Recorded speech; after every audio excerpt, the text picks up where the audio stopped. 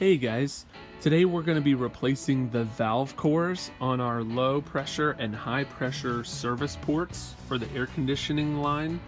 Got this little part right here. This is a valve core, and these are actually tucked inside right there and there. I've noticed that ours are hissing, so I'm just going to replace these. I've got a special tool here that I picked up off of Amazon. It's a valve core remover and installer kit. It's got a cap for the low pressure and a cap for the high pressure side. And what's neat about this is you can actually cap off the ports and you don't lose any refrigerant while you're putting in the new valve core. So this is definitely going to help. You don't want to have to evacuate your whole system of all of your refrigerant if you don't have to. It's kind of costly if you don't have the tools necessary in order to do that, like a manifold kit and some gauges and a tank to store the refrigerant. Then I highly suggest this. I've also got my my gauge here where I'm gonna monitor how much refrigerant we're adding after we install the new valve cores. And I've got some additional refrigerant. Alright, so first up, we're going to locate the low pressure side of our system.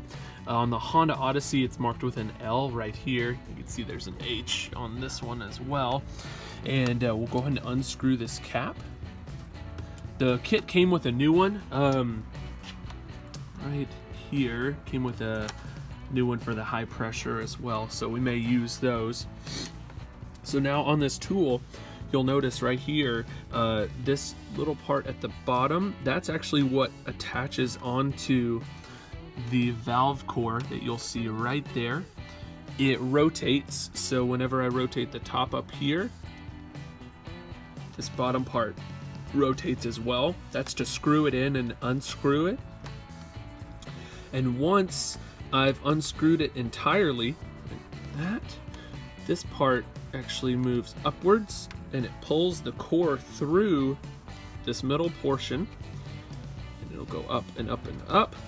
And once you've pulled it all the way up into this section of the tool, you're actually going to push this lever down, and that is going to stop all of the pressure and keep all of the refrigerant inside of your system. A little bit of rain never hurt anybody.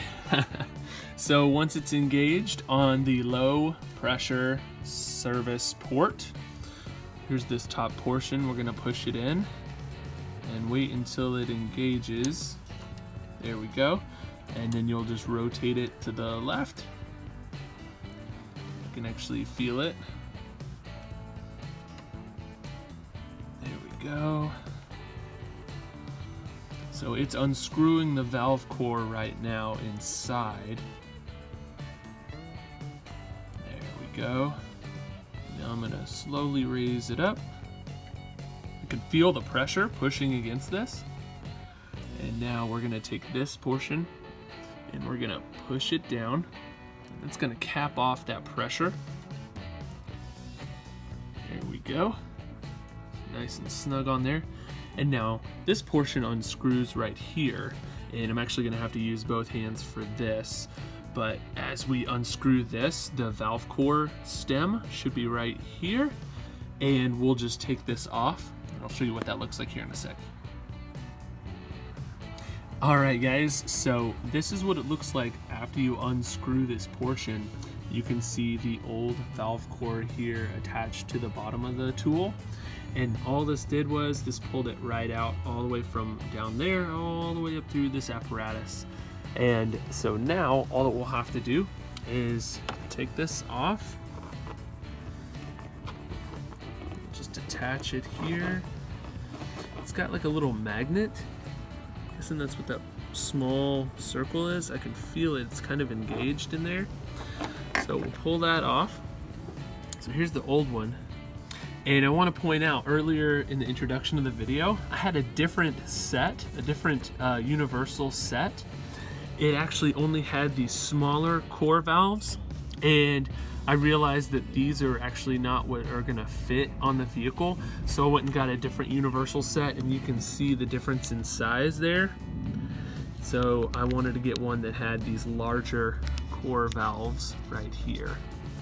So now we'll take a new one and we'll attach it to the bottom of the tool here and reverse the process, push it back down in there, re-engage it, open this valve, put it all the way down into there and screw it on so that the new one is securely fastened inside there.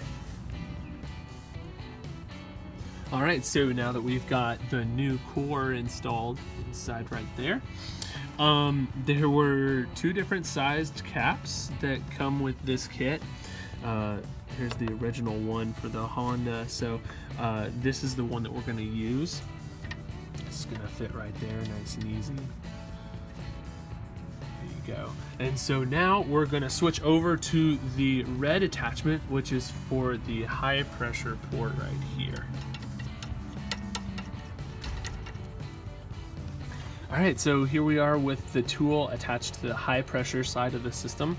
We're just going to do the same exact process. Put this guy in here, and we're going to loosen that valve core inside.